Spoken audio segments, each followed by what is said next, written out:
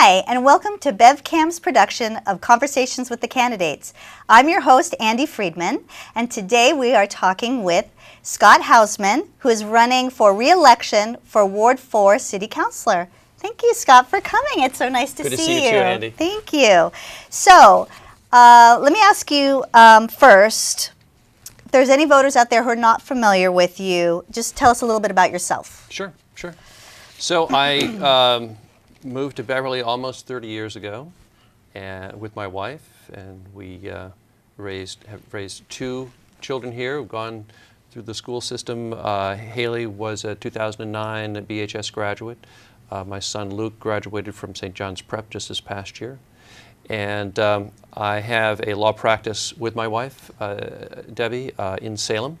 So I'm a small business owner, I'm a lawyer, I'm a long-time resident, and I've been an active volunteer in Beverly about as long as I can remember. I mean, I started back in 1998 in the Stone Age. I served 16 years, starting then on the Zoning Board of Appeals. The last 10 years of those I was chairman of the ZBA. I served on the Master Plan Steering Committee about a decade ago. I co-founded this program 10 years ago with Rob McCausland, who was then the executive director of BevCam, and we had a slightly different format. We had two interviewers. Take the load off the interviewers. Shoot, I missed that. It was myself and the then editor of the Beverly Citizen. So it was that format for a few years. I have been on the board of a few community organizations, Beverly Education Foundation, the Beverly Conservation Land Trust. I co-wrote over the course of about a 2-year period with John Thompson, who's the vice chair of the planning board, a major portion of our existing zoning ordinance, shorthand called OSRD, but it's Open Space Residential Subdivision Design, which requires developers under most circumstances, if they build a subdivision in Beverly, to set aside a certain minimum space, open space in the development. So I've done a lot, and I've thoroughly enjoyed it. And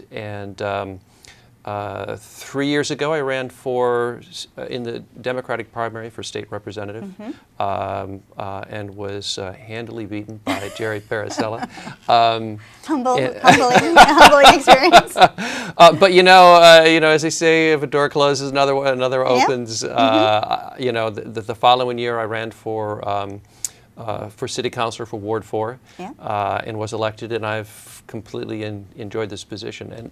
And one thing I would say is, I generally say city councilor of Ward 4, or simply city councilor of Ward 4, as opposed to Ward 4 city councilor, because both on the job and in both the way I think about the job is Ward 4, and representing Ward 4 goes hand in hand with representing the entire city. So whether you take, Brimble Avenue development that just was a large controversy in the city, the development of the downtown area down by Beverly Depot, whether you're talking about the waterfront and the Black Cow, whether you're talking about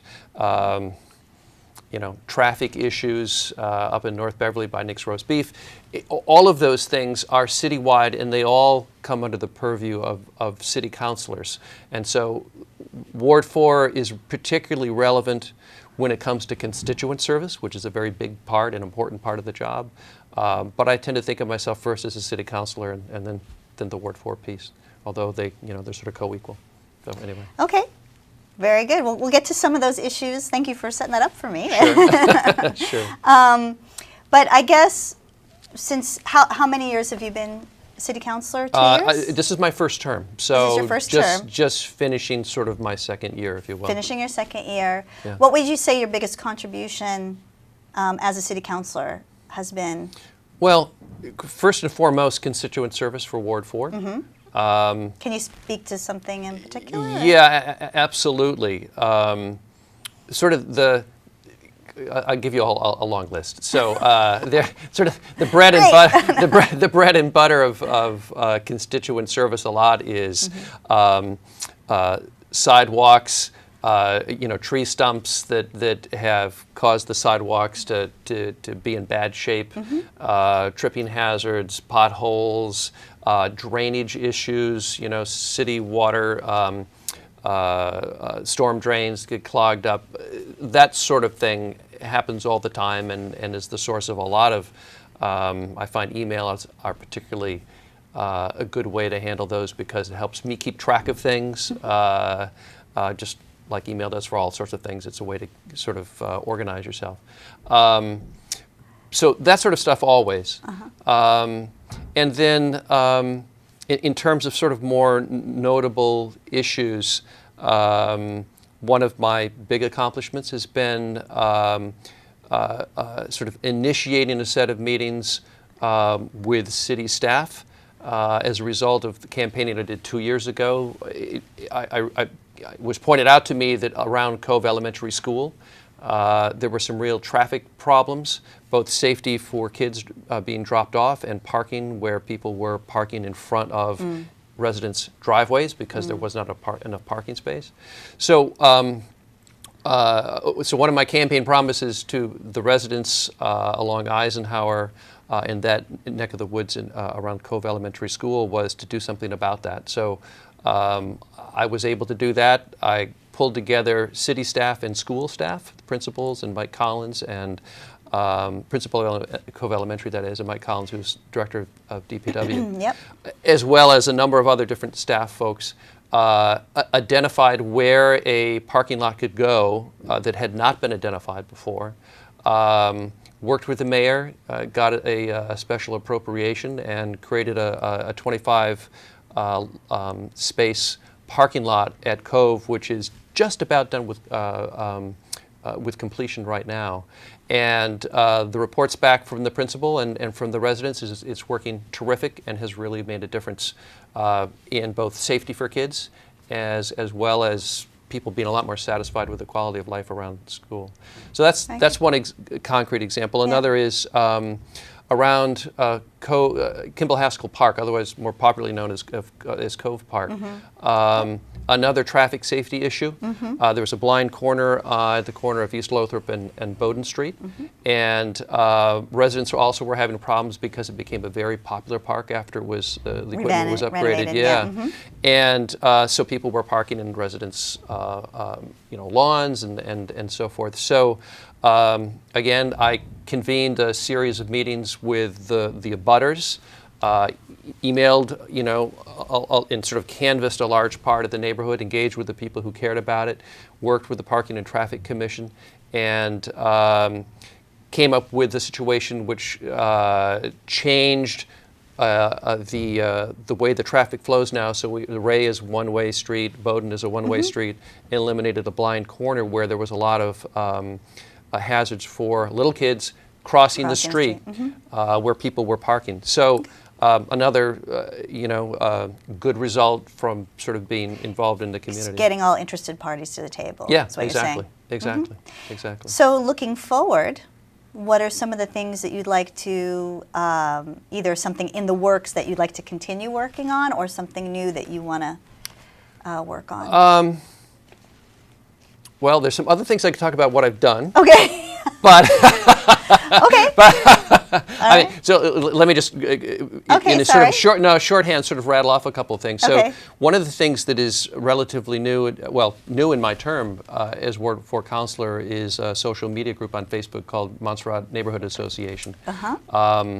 And it's become a very active group, and I've worked with them on opposing and advocating with and for them to oppose what we all felt was an inappropriately cited affordable housing project by the Beverly Housing Authority and a proposed development behind Kelleher Pond by the Omni Corporation, and working with and sort of vetting a developer who is presently in the process of starting a subdivision back behind there that the neighborhood group worked with, who was approached by them, and who they basically support because he has worked with them to try to work through the issues, and so I've been involved in that as well. So, one of the things that came out of the Brimble Avenue project, or maybe highlighted by it, is the need for more transparency and citizen participation, and that social media group is one way in which I think we're all sort of learning how to use social media in a way to help harness citizen participation in a way that's productive. So anyway. Sounds like it's all about communication. It is. That's yeah, what a lot of it is. saying, Yeah, right? absolutely. Yeah, and the interpersonal skills that come with knowing how to be effective in communication. So in terms of things going on that I want to work on, that I'm working on now, Beverly has a bicycle group that's looking to increase awareness and safety and perhaps some bicycle lanes in Beverly. So I've been working with them sort of on an ongoing basis. That's still sort of in the beginning of the process to do that. I'm working very much behind the scenes. I can't talk about it, but on trying to make sure that the Cabot Cinema not only remains as an important institution in Beverly, but becomes even more vital as a cultural center for Beverly. And I can't talk about it because my ability to be effective has to do with keeping confidences. So, but that's something I'm very excited about and engaged in. Development downtown and along the waterfront. For me, and particularly along the Bass River, is a big part of. We actually, I'm on an ad hoc working group that recently held with the planning department a sort of a focus group, if you will, with MAPC, Massachusetts. It's a planning commission, a regional planning commission, and engaged about. I think we had about 50 people there to sort of generate ideas and people's ideas about how that area best could be developed. And when I say Bass River, I mean where National Grid is, Monaghan Lumber, the car wash, that stretch along there. I see. Okay. So anyway, that's a few. Okay. I don't want to no, that's great. over answer your your question. Okay. So a lot of people want to know about the budget and what your feelings are about where money should be allocated, where we could have savings, where we can increase revenue. So a lot of people talk about fiscal responsibility. Yeah, what does that mean to you? Well, it means a number of different things. I'm on the City Council's Finance and Property Subcommittee. I lobbied hard to be on that particular committee because I really am focused on city finances. And it's been an education. It's our city budget is $106 million.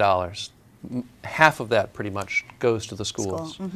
The rest goes to the city side, if you will, as opposed to the school side. There are lots of things we want to do.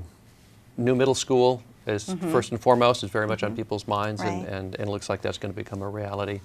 A facility for fire, for the fire department and the police department, whether it's joint or otherwise. There are things, and very much street road conditions, sidewalks. There's an enormous need for revenue that we simply don't have.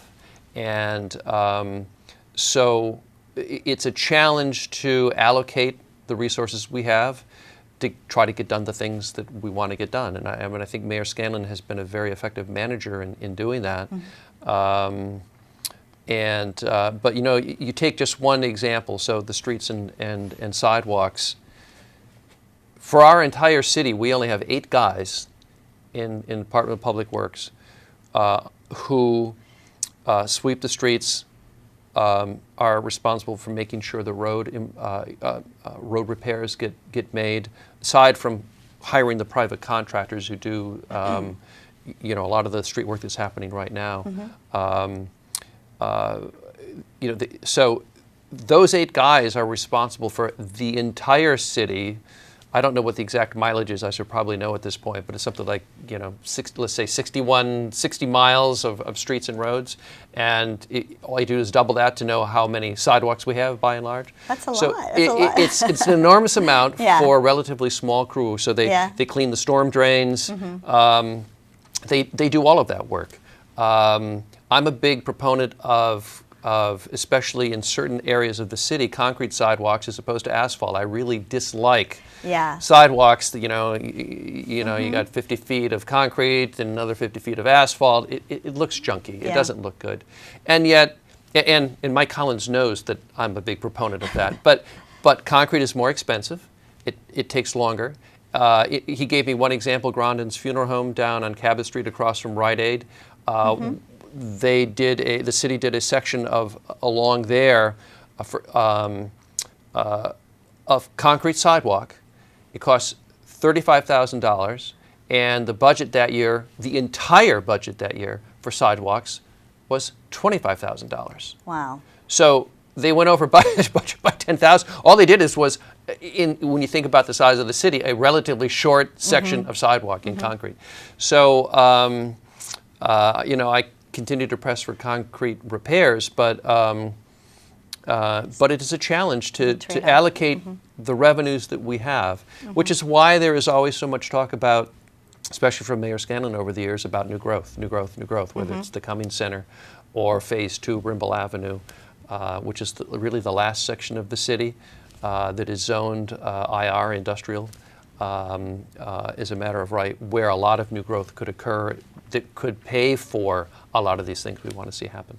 Yeah, I would like you to talk more about that. Of course, that's sort of the big story right now in the city, the big story of the day. There are valid concerns. I think on both either sides. way, on both sides, and right. And so, what are your thoughts about it? That was one of the hardest, if not the hardest, vote I had to take.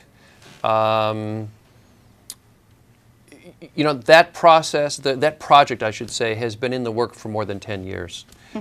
There's no secret to anyone.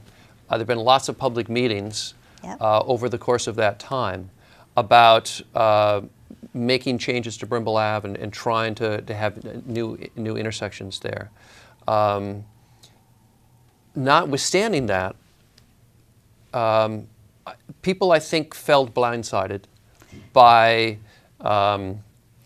not having enough time to work with enough details.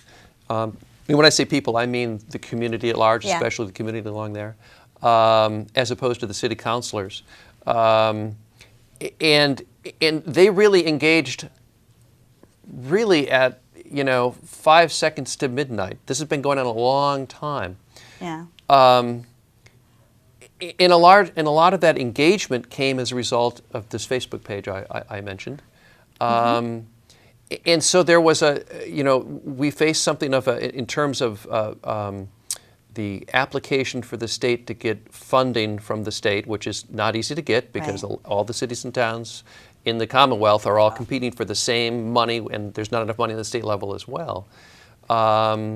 We face some time frame constraints. So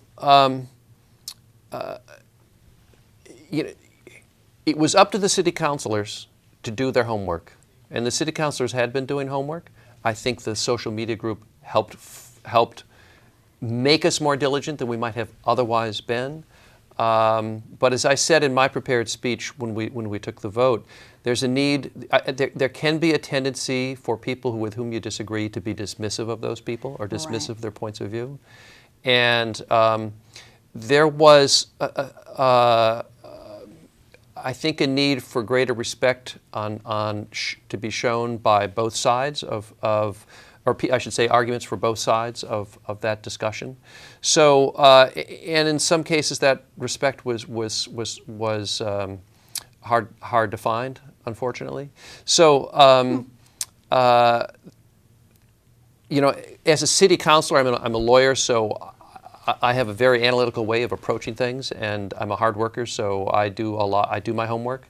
I spent a lot of time on Brimble Ave, which I do not, or it's not part of my daily commute because I typically go to Salem every day. So I spent 3 weeks spending a lot of time during rush hour in the morning and in the evening To get on the Brimble, feel to get a feel for what's going on over what there. was going on, and ultimately had to reach my own conclusions about what I thought was appropriate given the various different factors we were dealing with. I mean, there are certainly going to be people who disagree with what I'm about to say, but my analysis was the developer who is there owns land. He's a for-profit real estate developer. He can build as a matter of right, regardless of whether the city council voted yes or no. And while many people in the community did not see it that way, that's ultimately was my conclusion. And so the issue for me was, if we're going to have more development, do we have it with our existing interchanges or intersections, or do we have it with different intersections? And again, there are a lot of people who say, well, we'd rather not have any development. We'd be fine with a new intersection. Some people don't even like the proposed new intersections. But we had to deal as a city councilor with the choices that we had. And the choice was not stopping the development, giving it a green or a red light. I think it's going to happen anyway. The choice really was about the intersections. And at the end of the day, I concluded that what the city's traffic engineer was recommending was not for me to second guess whether that was an improvement or not, because I think what we have there is certainly can use improvement, both for safety and efficiency. So. Okay, thank you. You're welcome. So I'm going to switch a little bit Yep. from that kind of development. Yeah. We talked about schools a little bit. Yeah. We talked about building a new school. You mentioned that. But what does the city council, what effect does the city council have, or what influences does the city council have on the educational environment and the actual budget of the school system?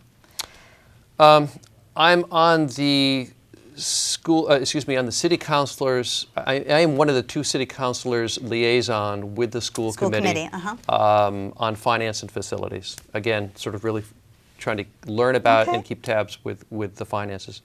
As a city councilor, you really don't have much impact at all. You can listen. When it comes budget time, city councilors can only subtract from the mayor's budget. You can't add to it or change it in any other respect. So when what happens is the mayor says, I'm going to give a single dollar amount to the school system. The only impact that a city councilor really has on that budget is to say, rather than giving the school system $50 million this year, we should give them $49 million, and we don't really have any kind of line item say in what constitutes that dollar amount. So there really isn't a lot in that respect, Oh, so you just say the whole budget can go down by... Right. I see. Right, right. So, and I guess from my perspective, I'm not an educator. I don't have an educator's background.